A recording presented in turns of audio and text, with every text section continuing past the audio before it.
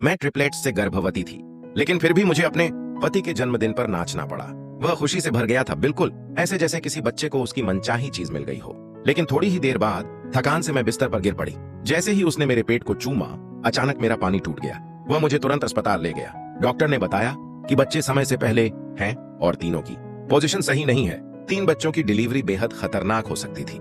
मेरे पति ने मेरा हाथ कसकर पकड़ लिया और एक पल के लिए भी मेरा साथ नहीं छोड़ा। वह मुझे हिम्मत देते रहे, कहते रहे कि मैं कर सकती हूँ। लेकिन 3 घंटे की लेबर के बाद भी मैं सिर्फ 3 सेमी ही खुल पाई थी।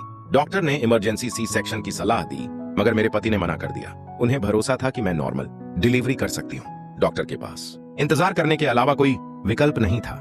10 घंटे की भयानक पीड़ा के बाद आखिरकार हमारा पहला बेटा पैदा हुआ। मेरे पति फूट फूट कर रोने लगे। उनके मुंह से शब्द ही नहीं निकल रहे थे, लेकिन तब तक मैं बेहोश हो चुकी थी। डॉक्टर ने साफ कहा कि मैं अब आगे नहीं बढ़ सकती। मुझे तुरंत ऑपरेशन थिएटर ले जाया गया। मेरे पति को अंदर जाने की इजाजत नहीं थी। 3 घंटे बाद डॉक्टर बाहर आए। मेरी हालत स्थिर हो चुकी थी। हमारा दूसरा बच्चा पूरी तरह स्वस्थ था, लेकिन तीसरा नहीं बच पाया। मेरे पति सन्न रह गए। उन्हें कुछ समझ ही नहीं आ रहा था।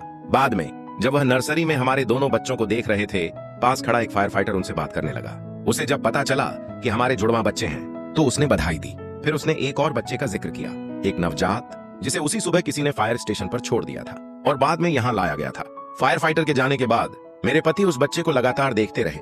उन्होंने कहा जैसे कोई किस्मत उन्हें उस बच्चे की ओर खींच रही हो। जब मुझे होश आया तो उन्होंने मुझे सब कुछ बताया। उन्होंने मेरी आंखों में देखते हुए कहा कि वह उस बच्चे को गोद लेना चाहते हैं। उन्होंने कहा शायद हमारा तीसरा बच्चा हमें छोड़कर नहीं गया, शायद उसने हम तक पहुंचने का बस एक अलग रास्ता चुना। हम तीनों बच्चों को एक साथ घर ले आए। भले ही तीसरे बच्चे की त्वचा काली थी, लेकिन उसके लिए हमारा प्यार बिल्कुल वही था। हमें नहीं पता था कि एक दिन यही छोटा सा बच्चा हमारी जिंदगी का सबसे बड़ा सरप्राइज बनने वाला है।